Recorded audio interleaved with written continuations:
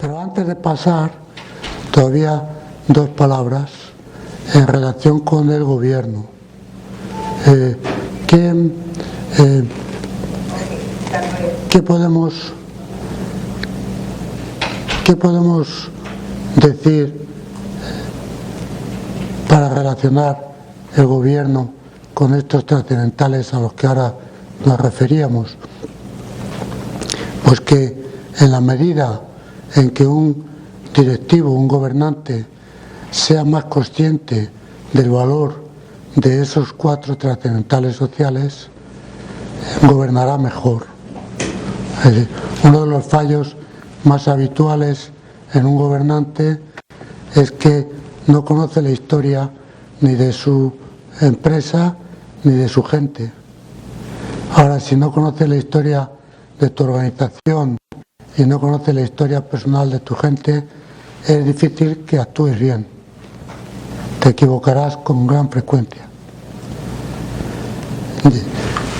Es aparentemente muy moderno, pero en realidad muy rudimentario, llegar con un esquema o modelo, ahora están de moda los modelos, llegas a una nueva empresa en la que te han nombrado presidente, llegas con tu modelo y lo aplicas y haces un destrozo lamentable, porque no se puede aplicar un modelo directamente a la vida, sino que primero hay que ver cómo es la vida del sitio donde has entrado, y esa vida es su historia.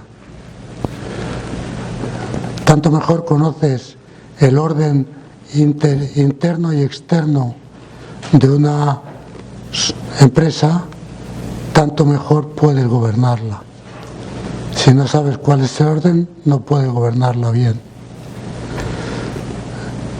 Tanto mejor sabes crear un ambiente de diálogo, por consiguiente, de decir bien, tanto más estás elevando el nivel educativo de tu empresa y tanto mejor va a funcionar.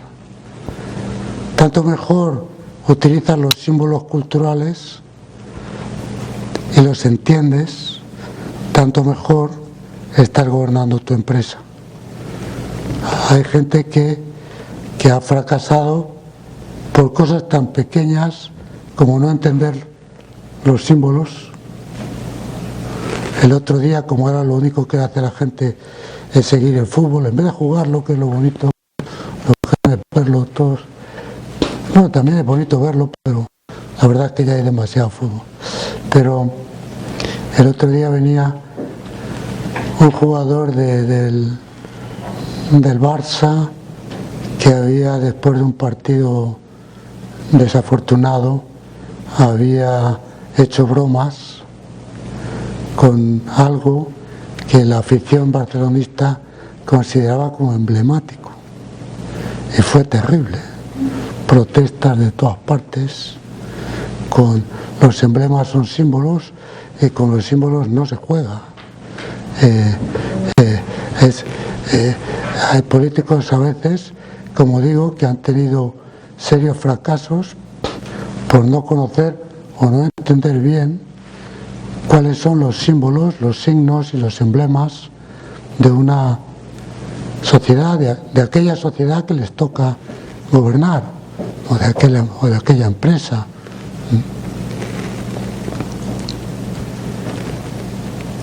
Bien, entonces ahora pasamos a las categorías sociales. ¿Qué entendemos por categorías sociales?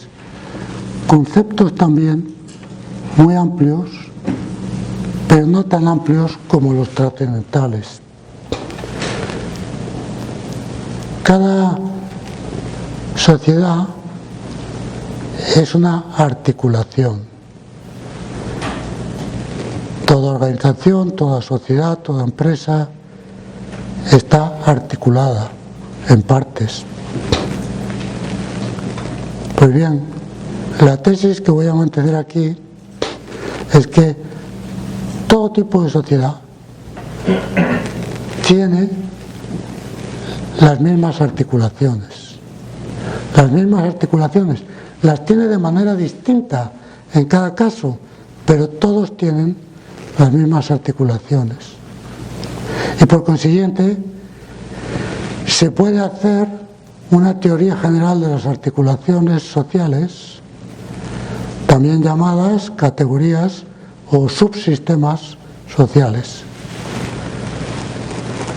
Le llamo subsistema porque, si empleo la palabra sistema no en el sentido restringido que he rechazado por muchos ahora, sino en su sentido clásico, toda unidad es un cierto sistema. Toda unidad es una unidad de lo diverso, de lo múltiple. Y eso es un sistema en el sentido amplio del término. Porque siente los elementos articulantes de un sistema es lo que llamo categorías. Así como, repito para los que antes no estaban, así como los trascendentales son conceptos tan amplios como el de sociedad, siempre que hay sociedad hay historia, hay civilización, o sea, orden social, hay educación, hay cultura, pero no siempre que hay sociedad, o mejor dicho, siempre que hay sociedad hay las categorías, pero son categorías articulantes de cada sociedad. ¿Cuáles son? A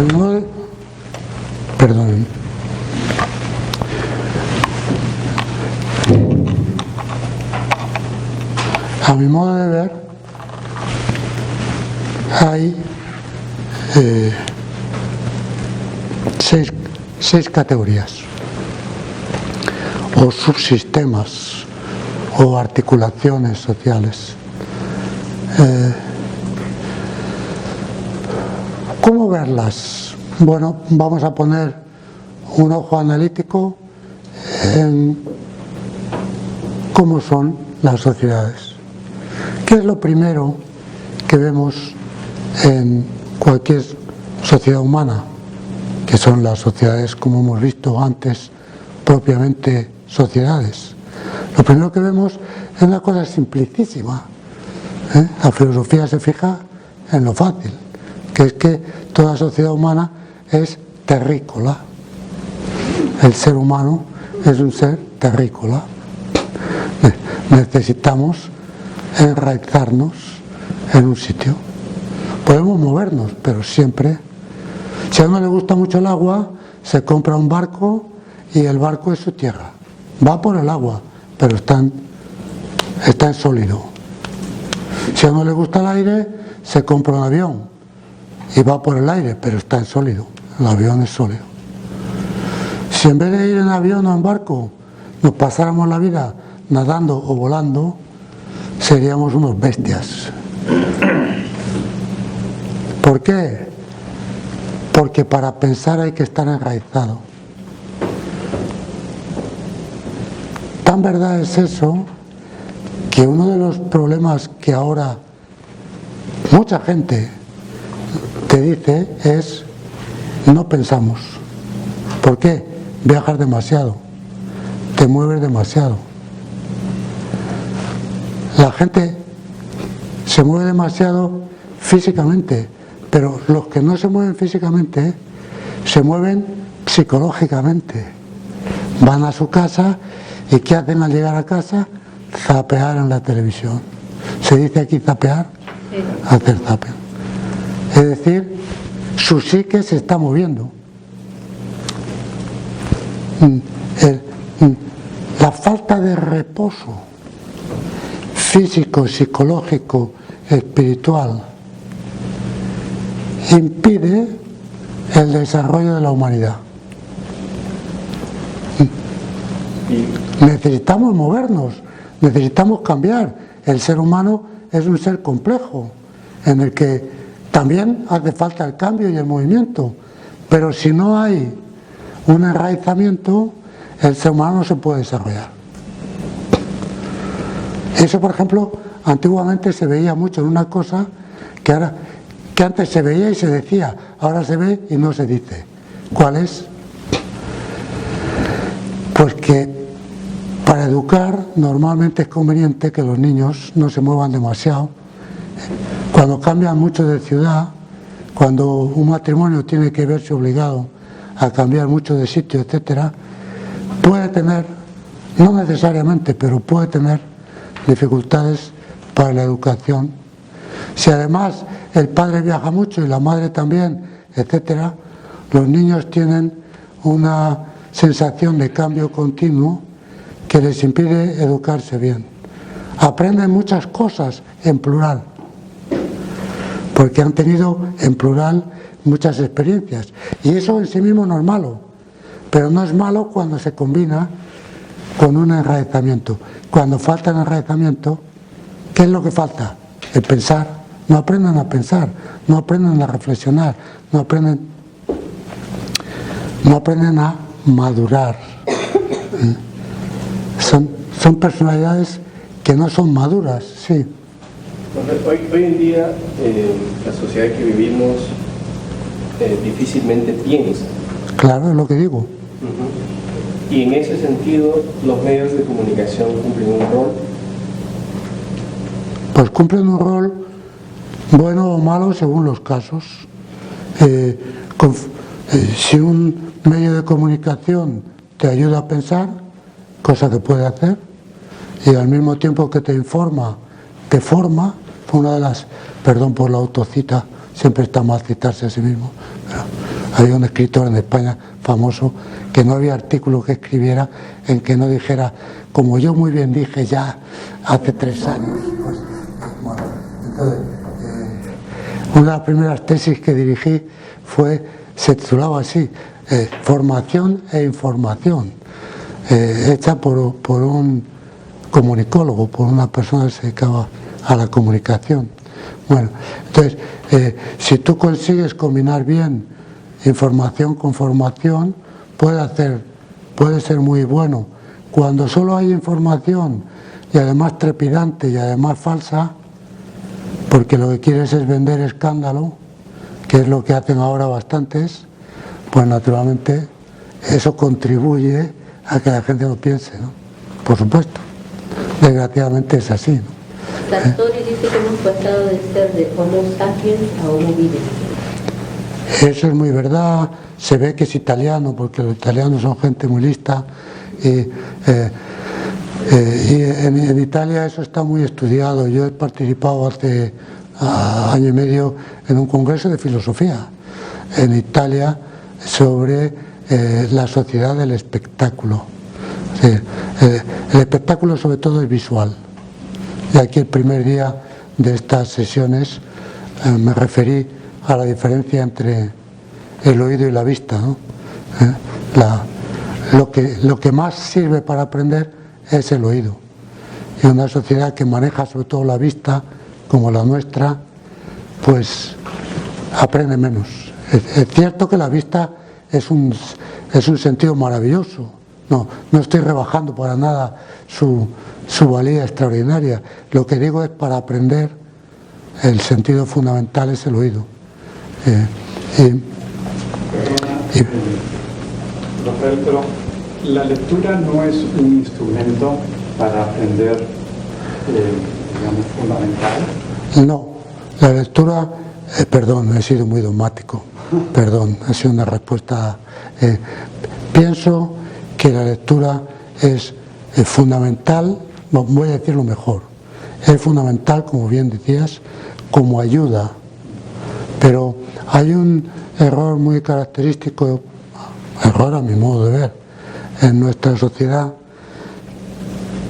que es pensar que se estudia, voy a medir bien mis palabras, que se estudia en los libros, pero eso no es así, se estudia con los libros.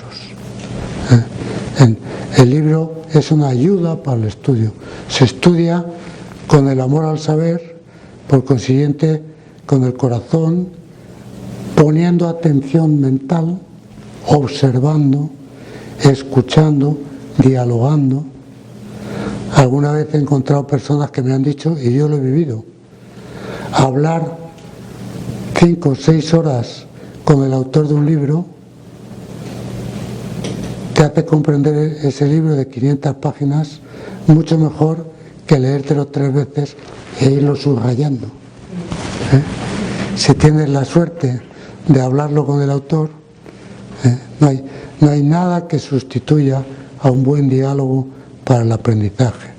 Naturalmente, si no tienes la suerte de conocer a Gauss, pongamos por caso, uno de los grandes matemáticos, pues en Rusia el desarrollo de la matemática se dio por los libros de Gauss, que los pusieron en las escuelas y como era un genio, pues les ayudó mucho. Ahora, naturalmente, el que pudo hablar con él aprendió mucho más deprisa y mejor que el que simplemente leyó sus libros, ¿no? Bueno, entonces, ¿dónde estaba? Sí, estaba en que somos seres terrícolas y por consiguiente hay que asentarse. ¿Por qué, por ejemplo, es un tópico en la historia, las historias del pensamiento? Es un tópico, tópico en el buen sentido de esa expresión, es decir, es un lugar común, que la gran transmisora de la cultura ha sido siempre la mujer, la madre, porque la madre durante milenios es la que estaba en la casa y la que le enseñaba todo lo fundamental a los niños. Si no aprendes lo fundamental, ya no puedes aprender nada después. Entonces, las grandes transmisoras de la cultura han sido siempre las mujeres. En nuestros días ya no se sabe quién transmite la cultura. Hay muchas mujeres que se van a trabajar cuidando niños a Chile. Entonces muchas familias dicen que esos niños están aprendiendo a hablar peruano y una serie de cosas por estas personas. Claro, y aprenden peruano. Hablan más claro con Chile. Hablan mejor. Bueno, no voy a entrar en comparaciones de ese estilo. No, ya.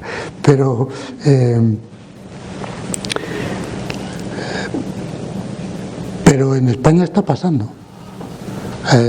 Me contaron el otro día de un padre egoísta que era egoísta. Otras características, a lo mejor, seguro que tiene buenas, pero que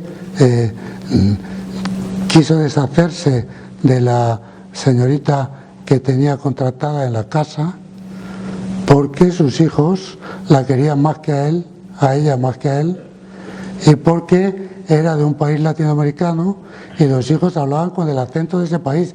No, a lo más que a él le veían una vez cada 20 días.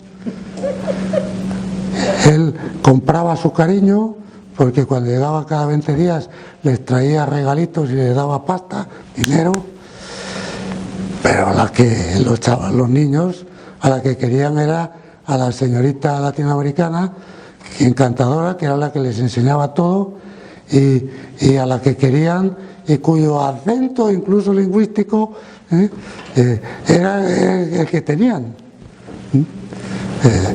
O sea, que hay gente que se lleva esos sustos, pues, la culpa la tienes tú.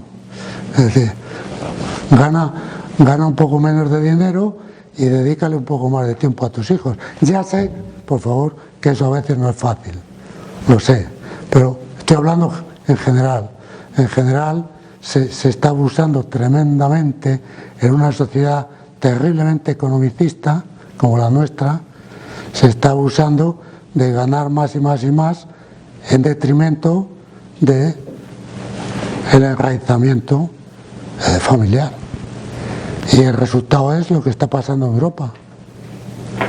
En España el índice de nacimientos es 1,2. En Italia, en Alemania lo mismo. Según se suele decir, para la reposición de la población hace falta el 2,1, pero no es verdad. Hace falta en realidad el 2,8. Si no hay 2,8, no hay reposición de la población. Cada vez hay más países que no reponen su población.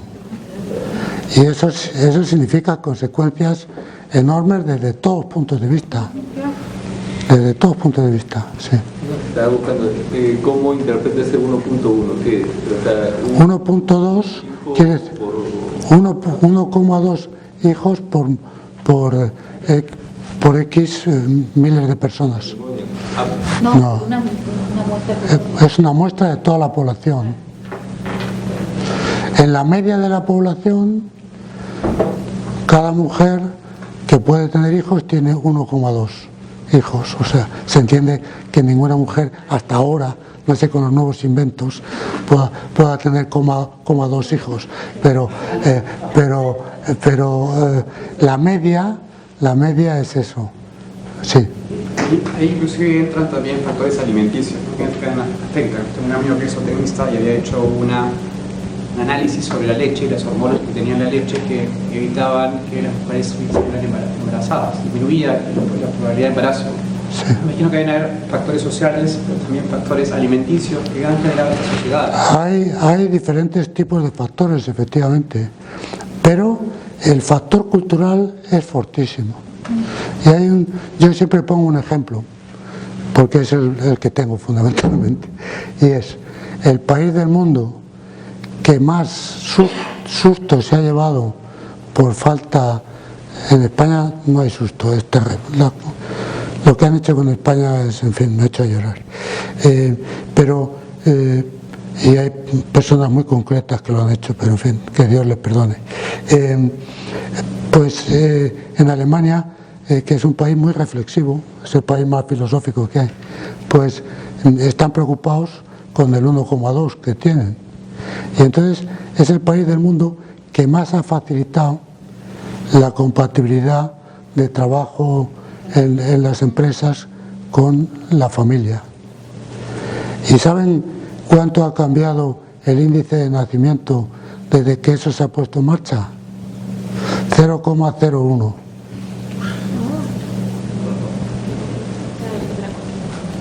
¿Qué es lo que quiere decir? ¿Qué es lo que quiere decir? Lo que quiere decir es cierto que la situación actual dificulta tener hijos, sobre todo tener muchos hijos en Europa y en Estados Unidos, etcétera. Es cierto. Pero mucho más cierto todavía es que para tener hijos, en primer lugar hay que querer tenerlos. Y si no quieres, pues ya pueden facilitarte lo que quieran, ya te pueden facilitar lo que quieran, que no lo vas a tener.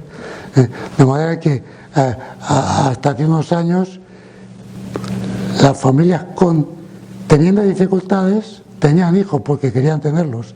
El problema cultural es terrible porque tienen más facilidad material para tenerlos, pero ahora no quieren tenerlos.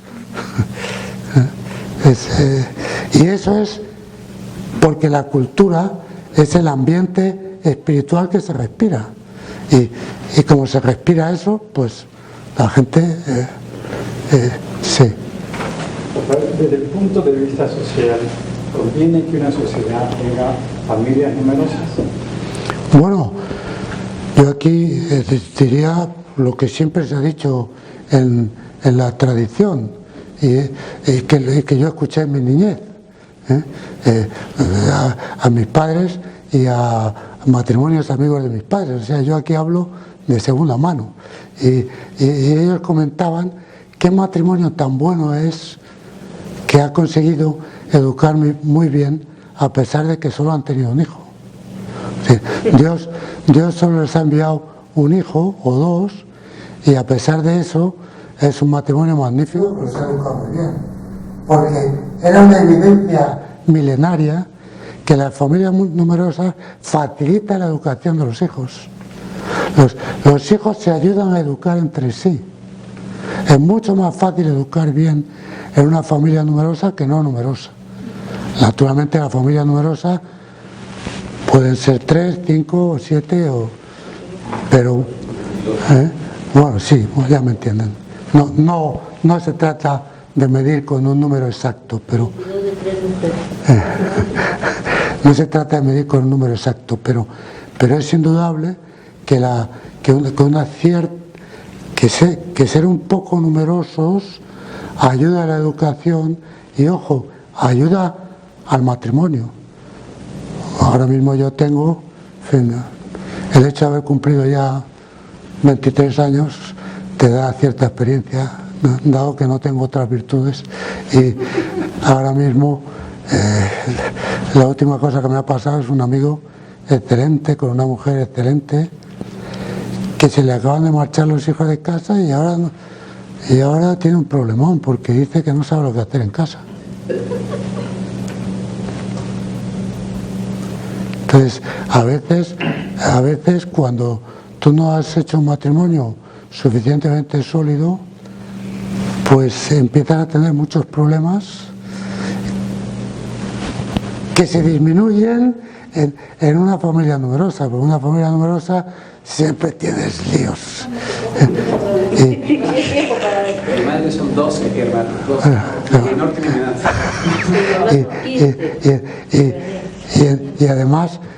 Y además enseguida empiezan a tener nietos. Y eso ya es. Mi maestro Antonio Millán Puelles, que era un tipo genial, era un gran filósofo y una persona genial y divertidísima, decía, cuando empezó a tener nietos, me dijo un día: he descubierto qué sabio es Dios. ¿Ah, sí? Y dice: sí, porque ha hecho que nosotros podamos tener hijos para poder tener nietos, que es lo más satisfactorio que uno puede tener, ¿no? Bueno, es decir, las familias numerosas facilitan también eso, ¿no? No quiere decir que matrimonios a veces sin hijos han sido 70 años casados maravillosamente, o sea, ustedes me entienden lo que quiero decir, pero indudablemente la familia numerosa facilita muchas cosas, ¿no? Bien, pero tenemos que avanzar. Estamos todavía en la primera categoría. Estamos en la primera categoría y ya nos quedan solo 35 minutos. ¿A qué hora hemos empezado? 4:30. Ah, sí. No, todavía nos queda un poco. Hemos empezado a las 4:30 y tenemos que acabar a las 6 menos cuarto, ¿no? Todavía nos queda un poco. Bueno, entonces, ¿cómo le llamo a la primera categoría? Habitar.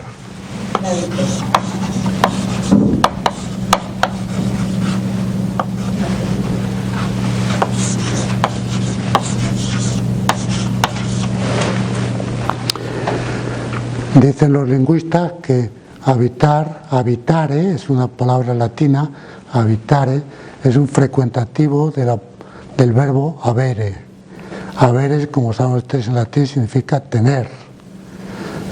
Habitar es tener con constancia. Cuando uno se queda por una zona, pues está allí y pasa del ser al estar. Hay idiomas que no tienen esa diferencia. Es muy bonita la diferencia española entre ser y estar. No solo somos, sino que cuando habitamos empezamos a estar. Bueno, pero como estamos hechos para estar, nos empieza a gustar mucho estar. Y como el ser humano, ya lo hemos repetido algunas veces, es el único ser de este planeta que puede siempre seguir creciendo, pues lo que queremos es intensificar el estar. ¿Y cómo se intensifica el estar? Muy fácil, a través de la casa. El ser humano es un ser que tiene casa. Y ¿cómo se dice en griego casa? Sí.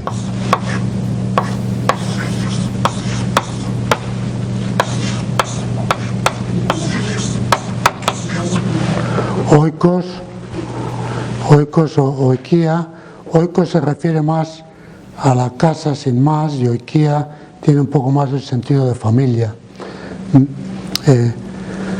Si lo escriben con letras castellanas, como suena, oikos, oikia. Entonces, y luego está la palabra que ustedes conocen, nomos, que significa regla, ley, o modo de organización, con lo cual, cuando intensificamos el habitar, lo que tenemos es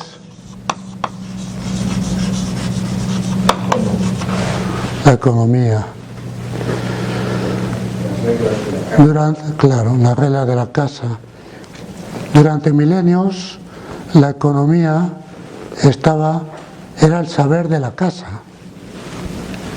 Solo en el mundo moderno, en el mundo antiguo romano también un poco, pero sobre todo en el mundo moderno y sobre todo a partir del siglo XVIII es cuando por primera vez eso cambia y aparece una expresión terrible que hoy día la usan todos y tremendamente contradictoria, que se llama economía política, porque la polis es la ciudad y la economía se refiere a la casa.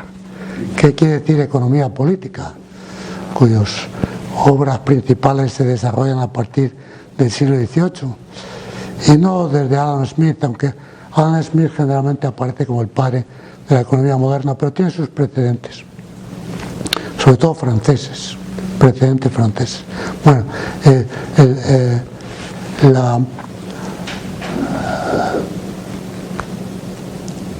la economía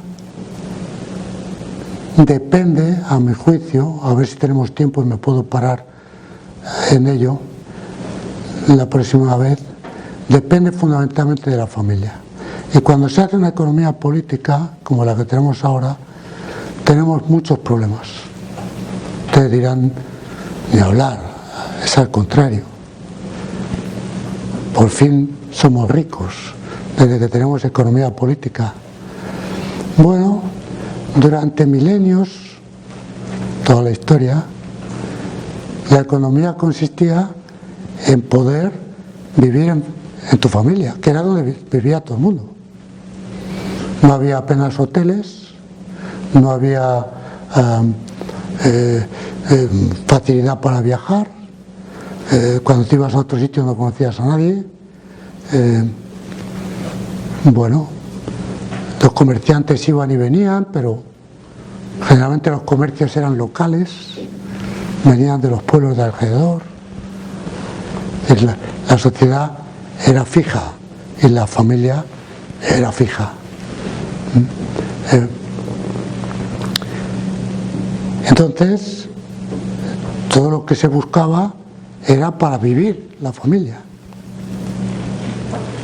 Pero de pronto, uno de los factores de la economía, porque es solo uno de ellos, no el único, se convierte en principal. Y ese factor que se convierte en principal es el comercio. Pero el comercio implica movilidad. La economía ya no está fijada en la casa. ¿Qué hacían antes en la casa? Durante milenios, y todavía hay sitios en el mundo que viven así. Pues tenían un terreno donde sembraban algo, tenían agricultura, o tenían unos animales, ganadería, tenían artesanía, la mujer sabía hacer trajes, y luego aumentaban un poco lo que tenían en el mercado semanal, donde intercambiaban, y eso era. Y entonces cuanto mejor hacías eso, pues mejor. El padre de familia, los hijos iban a cazar también de vez en cuando. Bueno, así se hacía una casa. Pero cuando todo el montaje no es ese, sino que todo el montaje es: trabaje usted, como dice Adam Smith, en muchas horas en la misma cosa, no pierda el tiempo cazando, sembrando y cuidando al, ¿cómo llaman aquí al cerdo? Al chancho. Y cuidando al chancho y no sé qué, no pierda usted el tiempo en eso. Haga 30.000 cosas de lo mismo y luego las intercambia. Entonces, el centro se te convierte en el comercio, pero al convertirse el comercio en el centro, la familia deja de estar fija, empieza a moverse todo. ¿Y es el origen, de alguna manera, años posteriores del capitalismo? Claro, por supuesto. Empieza todo a moverse. Pero ¿qué pasa? Lamentablemente, para mí, no tengo tiempo de explicarlo más despacio, para ustedes así se libran de... Pero se puede ir viendo, tanto conceptualmente como históricamente, como poco a poco el crecimiento de la organización de la vida pivotando sobre el comercio y por consiguiente sobre lo que se ha dado en llamar la economía de escala, es decir, la industria es capaz de producir mucho en poco tiempo y por consiguiente vender mucho más, y además han mejorado los transportes, con lo cual todo se puede cambiar con más rapidez. Poco a poco, ¿qué ha ido generando eso? Pues, aunque sea duro decirlo, la destrucción progresiva de las familias. En Occidente, cada vez la familia está más débil. Dedican tanto tiempo a trabajar para la competencia del mercado que ya no tiene que trabajar solo el marido, sino también la mujer. Cuando trabajan los dos es difícil cuidar bien a los niños. En Alemania, que son alemanes, y lo cual quiere decir que son formidables porque tienen unas virtudes formidables, pero que a veces son un poco piñón fijo, como decimos en España, pues ahora la última genialidad que se les ha ocurrido es un país maravilloso, pero como tienen el problema que he dicho antes de la población, pues en vez de pensar la manera de arreglar todo, también es verdad que es muy difícil arreglar todo de golpe, pues se han inventado unas cosas que se llama la quita. Esta es la última moda, y la quita es que es casi una broma por el juego de palabras, que una señora tiene un niño y a los 4 meses se lo quitan y ya no tiene que preocuparse porque tiene todo el día gente que los cuida, la señora, no sé qué. Es decir, para no rebajar el índice competitivo de la economía alemana, que es muy fuerte y que depende sobre todo de la exportación, el día que Alemania deje de ser el primer país del mundo en exportación, ya empieza a tener más problemas. Pues entonces, ¿qué hacen? Pues naturalmente la familia bajó mucho. Como ahora se han dado cuenta que eso es una barbaridad, hay que subir la familia. ¿Cómo suben la familia? Pues usted dé a luz a un niño y ya después se lo regalamos nosotros. Es un niño y eso lo cuidará. Después ya lo cuidaremos nosotros, ya el Estado y el municipio tal, lo organiza todo para que usted pueda enseguida seguir trabajando y ya no tenga más problemas.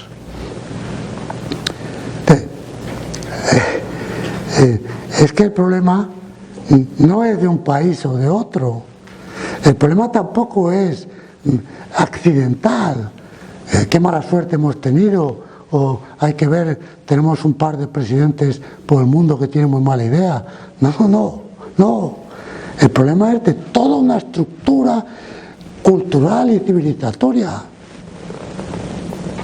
que te está dificultando algo y que no es tan fácil cambiarla de hoy a mañana si no se ponen de acuerdo todos. ¿Sí? Entonces, un político tiene que hacer buena retórica para convencer de esta crisis. No es suficiente, sino que hay que tomar decisiones en consenso. Es por eso la gravedad del tema. Claro, los políticos responsables tendrían que procurar tomar medidas, todas las posibles, para reforzar la familia, porque es una cuestión de vida o muerte para la sociedad, por muchos motivos además, que no puedo pararme ahora en ellos, pero no lo hacen. Ahora ya empiezan a hacer un poquito porque empiezan a darse cuenta de la enorme gravedad de la situación. Por ejemplo, como los políticos ya a veces tienen años, se dan cuenta de que no les van a poder pagar las pensiones, porque no hay nadie que pague las pensiones. O por ejemplo, el problema de la deuda mundial, el famoso problema financiero en el que estamos. Ustedes saben muy bien que la diferencia entre la economía real del mundo y la economía financiera es simplemente fabulosa. Si la economía real son 3 trillones, la economía financiera es 1000 veces más. Entonces, ¿cuál es la diferencia entre la economía real y la financiera? Pues tiene un nombre muy fácil, que es deudas. Y ahora, ¿cómo traducimos el nombre deudas? O sea, deudas es lo que todavía tienes que pagar. ¿Cómo traducimos el nombre deudas? Pues es muy fácil de traducir. Tengo que trabajar en el futuro para pagar lo que debo. Pero si resulta que no hay niños que pringuen, perdón, decíamos en el ejército, en España cuando estuve en el ejército se decía pringar, trabajar duro. Si no hay, ¿cómo se dice aquí? Trabaja. Si no hay niños que vayan a trabajar en el futuro, ¿quién va a pagar las deudas? Es ridículo. Es decir, es que no va a pagar nadie. Pero si no paga nadie, ¿quién es el idiota que va, perdón por la palabra idiota, que va a ahorrar dinero? Si yo ahorro dinero y meto en el banco, ¿qué sucede? Muy fácil, está sucediendo ya. Que como el banco entra en la economía financiera de la deuda, pues eso va subiendo la burbuja y en un momento determinado hay que pagar.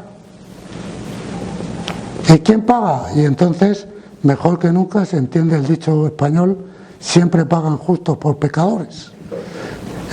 Es decir, yo que había trabajado 40 años y había metido mi dinerito en el banco, ahora el banco lo emplea para darle 10 céntimos a cada uno de los 300.000 que presuntamente están endeudados allí. Dicho en otros términos, prefiero meter mi dinero en el calcetín, como hacían antiguamente los avaros. Colchón.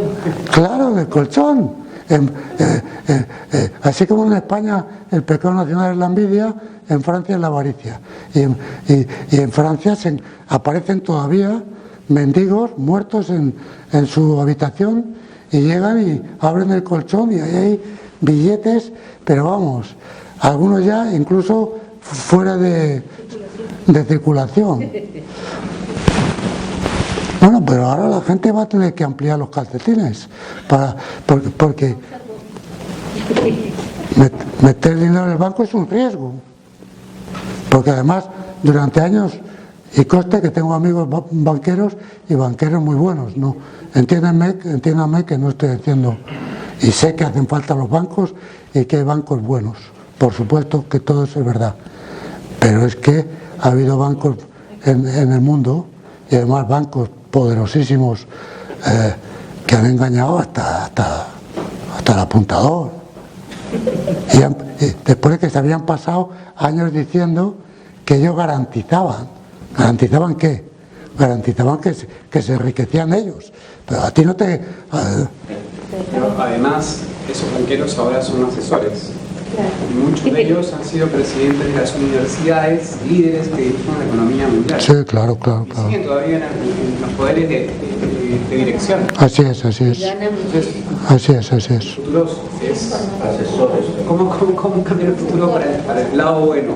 ¿Qué hay que hacer? Bueno, no me da tiempo a entrar en eso ahora. Es una dura batalla en la que hay... Pero no solo dura, es durísima. Es durísima, sí.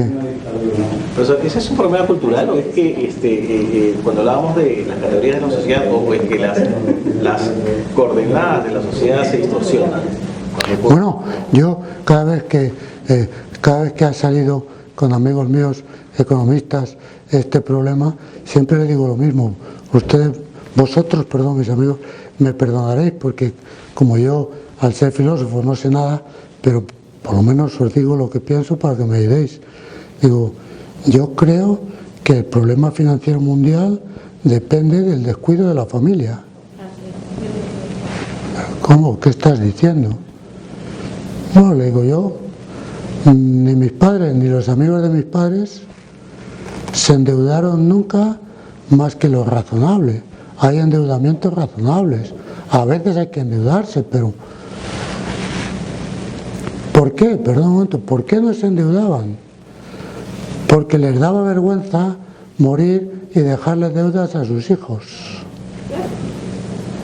Entonces, resulta que como ahora la mitad de la población en los países occidentales no sabe ni quién es su padre, ni tiene hijos a quienes dejarle las deudas, ni nada de nada, pues le deja las deudas al Estado. Eso es lo más fácil que hay. Yo me endeudo y ya pagará a alguien. ¿Quién es ese alguien? El Estado. ¿Y el Estado de dónde saca el dinero? De los bancos. ¿Y los bancos de dónde? De los trabajadores que meten ahí el dinero. De tal manera que al final el sinvergüenza que ha gastado el dinero y además se lo han prestado, que no se lo debían haber prestado, el que ha jugado con él, porque el famoso, ¿cómo se llamaba? Este americano que prestaba el dinero y que se fue a la... Madoff. Había un chiste muy bueno, no sé si era en el Wall Street Journal, que se veía a unos policías con focos enfocando a Madoff y diciéndole: díganos, ¿dónde ha aprendido usted ese método con el que ha sido capaz de sacar usted dinero? El método era que él prometía que iba a dar mucho dinero y lo daba. Y entonces le llegaban venga dineros y pagaba con los nuevos dineros que le llegaban. Pero claro, ya no tenía para pagar al que se lo estaba dando, hasta que el globo explotó, ¿no? Díganos, ¿de dónde ha sacado esa truco para engañar? Y dice, me dijo, bueno, lo he aprendido de la Seguridad Social del Estado. Bueno, pero ¿qué le ha pasado al señor Medo? Que se ha pasado 70 años de su vida viviendo como un pachá, y ahora que le han descubierto el juego, se ha ido a una cárcel en la que lo tiene todo pagado. La ventaja de la cárcel es que no pagas. Te lo dan todo pagado, es una cárcel cómoda, estás tranquilo, a la edad ya de 70 y tantos años tampoco tienes tanta necesidad de andar por el mundo, de manera que me he pasado 70 años engañando al universo, dejándole deudas a todo el mundo, y los últimos años de mi vida tranquilamente gratis, viendo películas en mi sillón, todo pagado. Una buena civilización. Claro. Pero es que es así. Es que es literalmente así. A no ser que tenga todavía más suerte, como un montón de banqueros norteamericanos, que la Reserva Federal les metió el dinero para salvar su banco. Y al día siguiente de salvar su banco, ellos seguían sacando unos bonos espectaculares. Es un escándalo.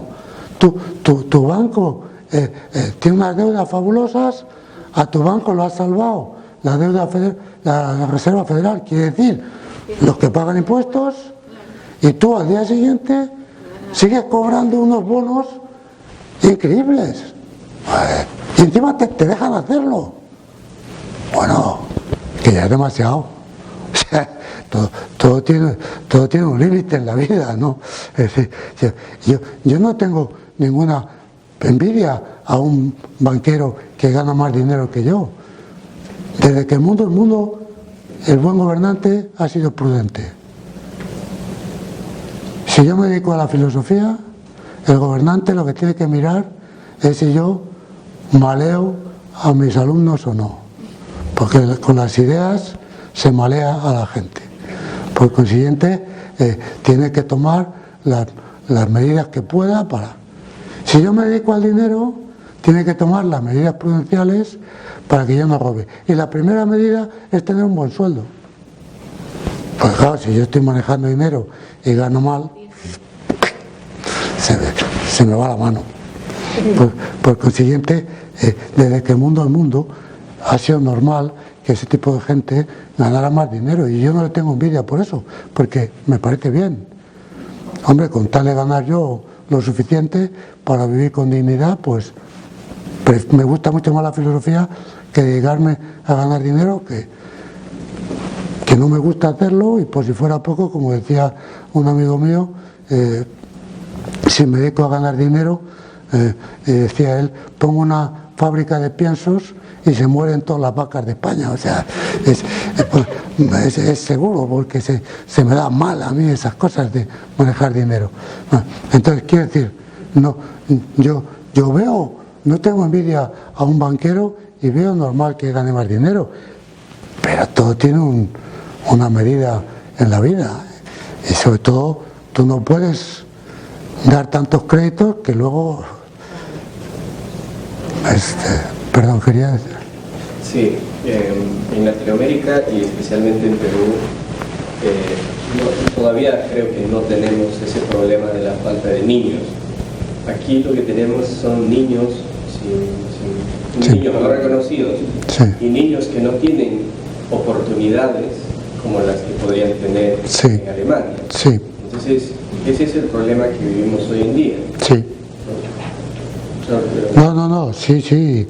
Bueno, yo aquí pienso también algo parecido a lo que acabo de decir. Yo pienso que todo intento de igualar la riqueza material de las personas es inadecuado, porque es lógico que uno que tenga 70 años pues tenga más cosas que uno que tiene 20, porque lleva años trabajando, y es lógico que una persona que ha trabajado mucho pues tenga más cosas que uno que más, como decíamos antes en España, que es más vago que la chaqueta de un guardia, y que no, es que antes en España los guardias no hacían nada, y que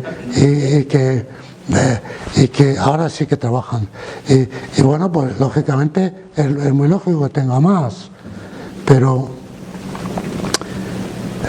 por consiguiente las diferencias son normales, y además si las quitas el incentivo para querer tú también tener más, pero no es inteligente por parte de una sociedad permitir, primero, diferencias excesivamente grandes, y segundo, no es inteligente, y sobre todo es perverso, permitir la miseria. ¿Cuál es la diferencia entre la pobreza y la miseria? Un pobre es uno que tiene poco, pero tiene suficiente para vivir dignamente desde el punto de vista material. Uno que tiene miseria no alcanza eso. Entonces, la pobreza es siempre relativa. Yo tengo poco comparado con Bill Gates, digo de dinero, de inteligencia, es broma,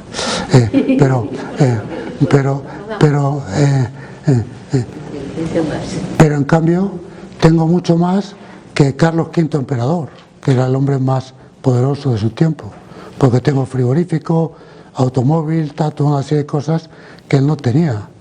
Es decir, la pobreza material es relativa, en cambio la miseria es un valor absoluto, y por eso la miseria es un escándalo que hay que intentar con toda la fuerza resolver. Hay que intentar resolver la miseria. Sí. Sí. ¿La miseria abarca la parte material y espiritual?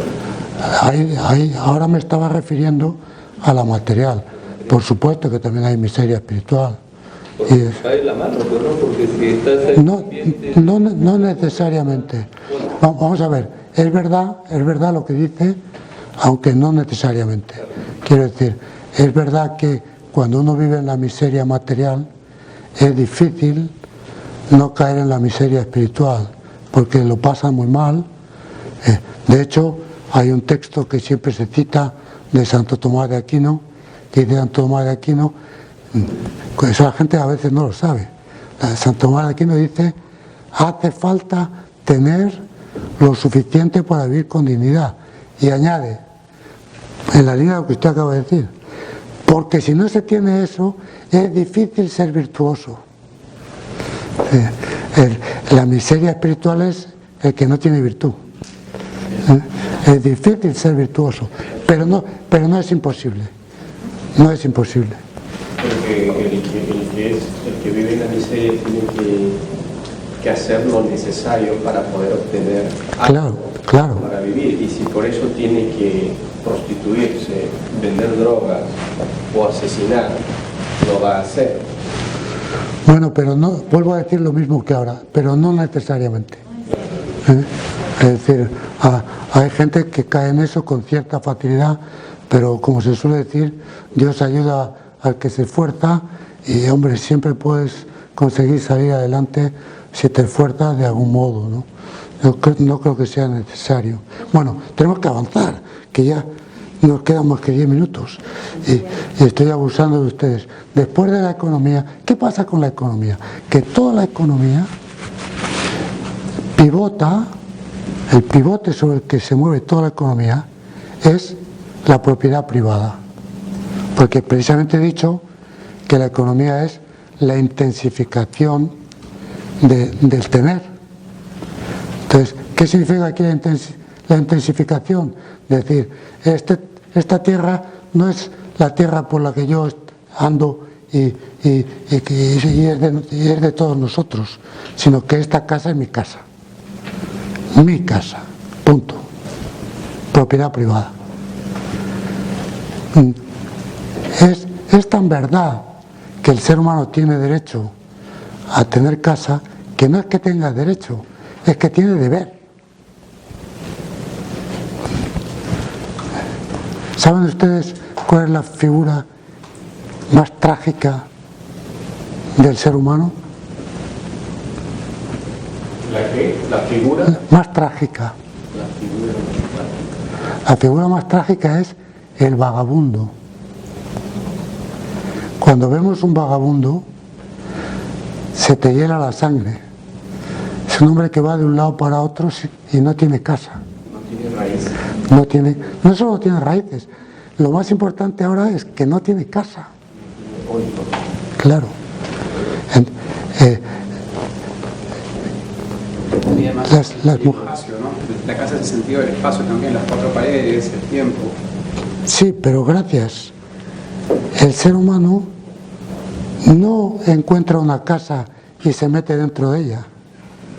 Eso lo hacen los animales, la gruta, para guarecerse. El ser humano construye su casa. ¿Qué quiere decir? Es el espíritu de hogar que está dentro del ser humano el que nos empuja a construir casas.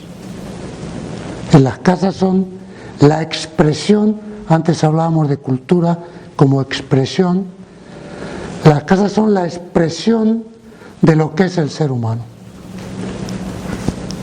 Un ser humano es un ser que tiene casa. Aunque sé que puede parecer un poco exagerado lo que voy a decir ahora y no puedo entrar en matices, pero hombres y mujeres evidentemente somos lo mismo, pero tenemos también alguna diferencia, porque si no sería un lío. Y la mujer tiene más sentido de humanidad que el hombre. Apenas existe la figura de la vagabunda. Es una figura masculina. Es una figura masculina. Casi no se puede concebir una mujer sin casa. Dios ha hecho a las mujeres para construir casas. Y nosotros las ayudamos. Los hombres les ayudamos a las mujeres a construir casas.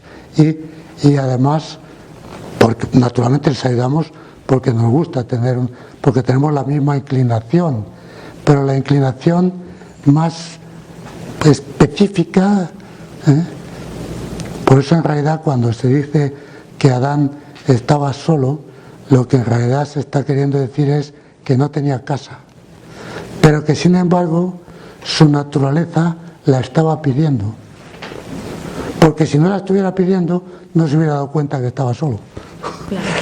Si su naturaleza no lo hubiera estado pidiendo, no se hubiera dado cuenta.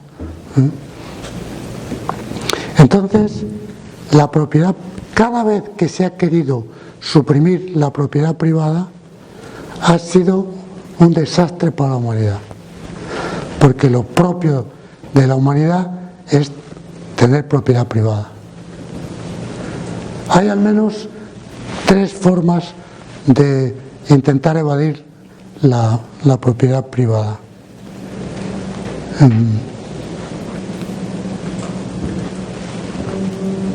A estas horas de la tarde y después de dar varias clases, no sé si me acuerdo de cuáles son.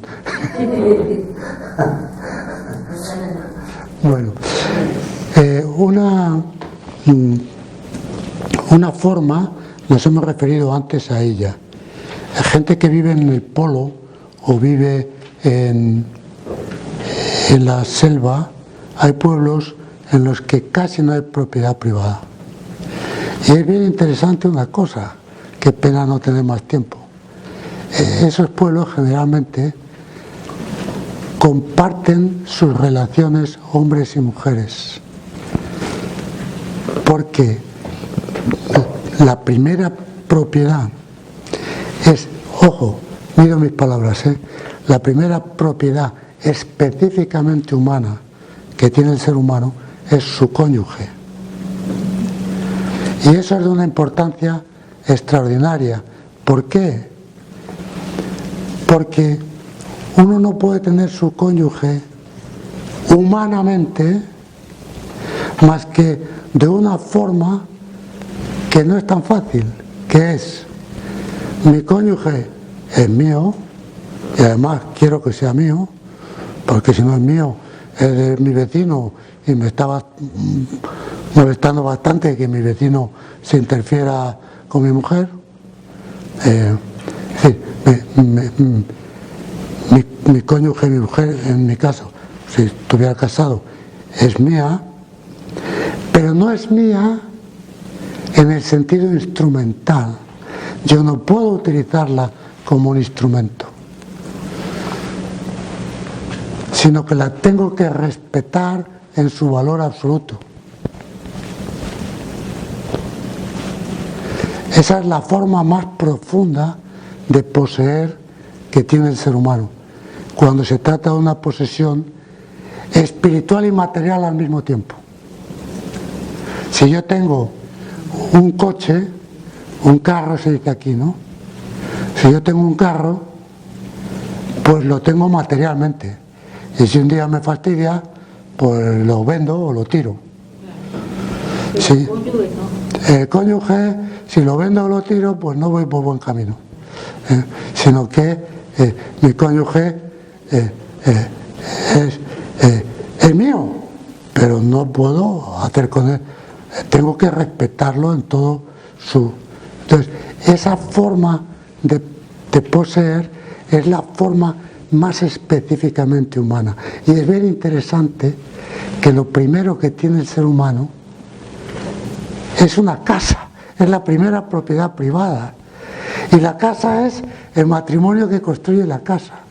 Por consiguiente, la primera y más radical forma de posesión que tiene el ser humano es espiritual y material al mismo tiempo. Bien, decía, en los pueblos así llamados antiguamente primitivos, donde se ve que no hay un desarrollo cultural, es que no hay matrimonios propiamente dichos, sino que todo es una promiscuidad. En el mismo momento en que el ser humano empieza a desarrollar todo lo que lleva dentro, la primera cosa que aparece es el matrimonio. Y por consiguiente, la privacidad. La casa es lo privado, no la casa material, que también, sino lo que hay en la casa material. Ahora, segunda forma de no tener propiedad privada, el comunismo marxista soviético, el desastre económico más grande de la historia. Sin propiedad privada no puedes organizar un sistema económico. El tercero me lo ahorro porque no tenemos tiempo. Pero lo que quería decir es... El tercero me lo ahorro. Bueno, perdóname, pero es que no acabamos, sino tengo que acabar esto. Entonces, 3 minutos. Entonces, ¿qué pasa? Que solo si hay propiedad privada se desarrolla la humanidad propiamente dicho. Pero la propiedad privada tiene un problema. Y ese problema es que pueden surgir conflictos entre propiedades privadas. ¿Este terreno es mío o es tuyo? ¿De quién es? Me gustaría tomar este otro, pues a mí también. ¿Qué pasa? Y entonces aparece la siguiente categoría,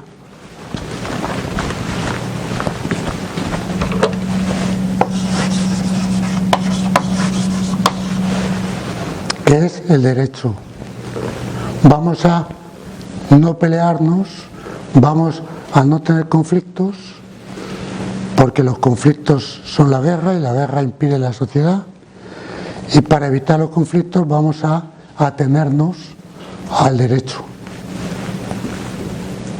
Bien, aquí me podría alargar, pero hay que terminar en 2 minutos y medio. ¿Qué le pasa al derecho? El derecho es fundamental en toda sociedad verdaderamente humana. ¿Qué le pasa al derecho? Que tiene al menos 2 dificultades. Una, que a veces hay dificultades en la interpretación y en la creación de las normas. Y otra, que a veces el derecho resuelve conflictos, pero no tiene poder para hacer eficaz esa resolución.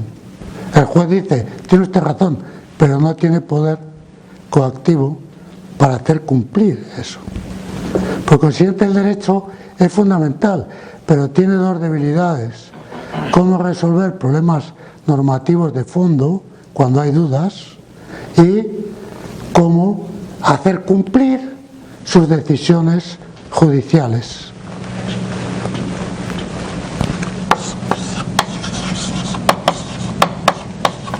Y por eso aparece la siguiente categoría social, que es la política. La política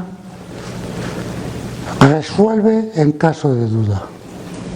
Y si resuelve en caso de duda es porque tiene algo muy característico del poder. La política es poder.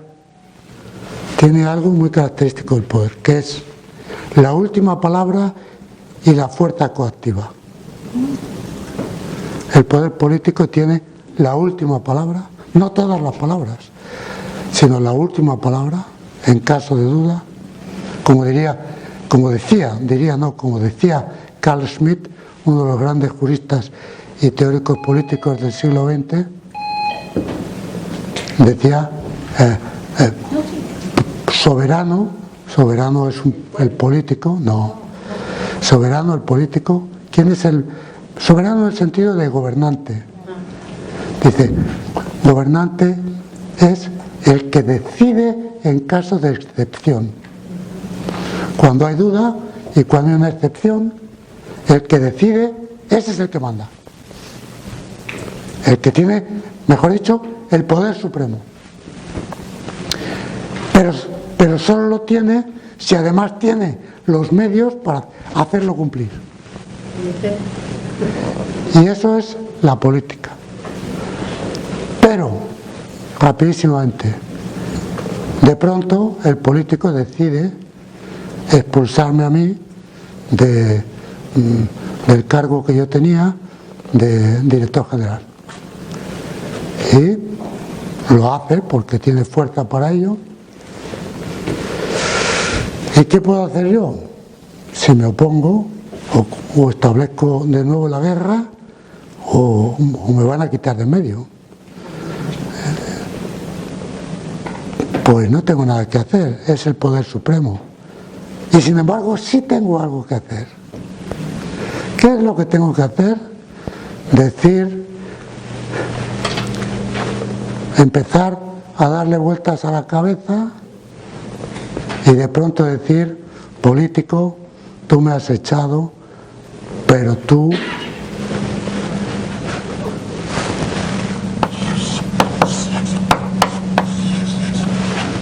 has sido injusto. Siguiente categoría, la ética. tú tendrás el poder supremo, y ahora se puede decir, en lo exterior. Pero el ser humano tiene también una interioridad, y tú has atropellado esa interioridad, porque has obrado injustamente. El político se puede reír de ti. El político es un gobernante, da lo mismo de una nación que de una empresa. Cuando estoy hablando de político, todas estas categorías sirven para cualquier organización humana, sea un Estado, sea un club deportivo. El político puede decir, pues tú dirás que soy injusto, pero te lo tragas porque yo tengo el poder. ¿Puede decir eso? Sí. ¿Tiene consecuencias eso? Claro que tiene. Porque cuando haces un acto injusto, empiezas a perder el poder. Es el primer paso para acabar perdiendo el poder.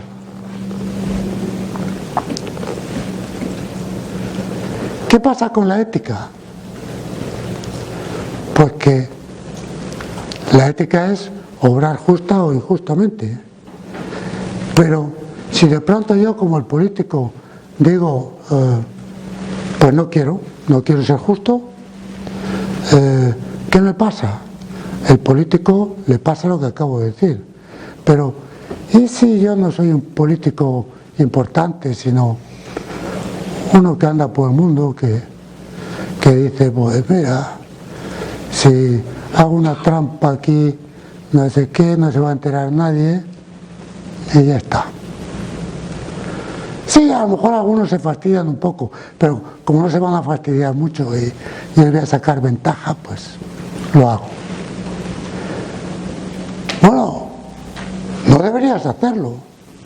Y el otro me dice, sí, ya sé que no debería hacerlo, pero... Y ahora viene la famosa filosofía de mi tía.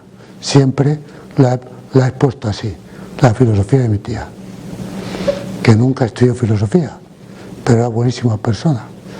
Y ella tenía una frase profundamente filosófica que era: para 4 días que uno va a vivir. Si no existe el otro mundo, haces una trampilla para salir adelante. Como no fastidias demasiado a nadie y tal, y así, pues saca bastante ventajilla. Pero si está San Pedro, que te va a pasar cuentas, a lo mejor te lo piensas 2 veces. Si vas a vivir 4 días, como decía mi tía, no está San Pedro. Por consiguiente, para 4 días que uno va a vivir, pues hace la trampa y ya está. No, lo cual quiere decir que hay una última categoría social.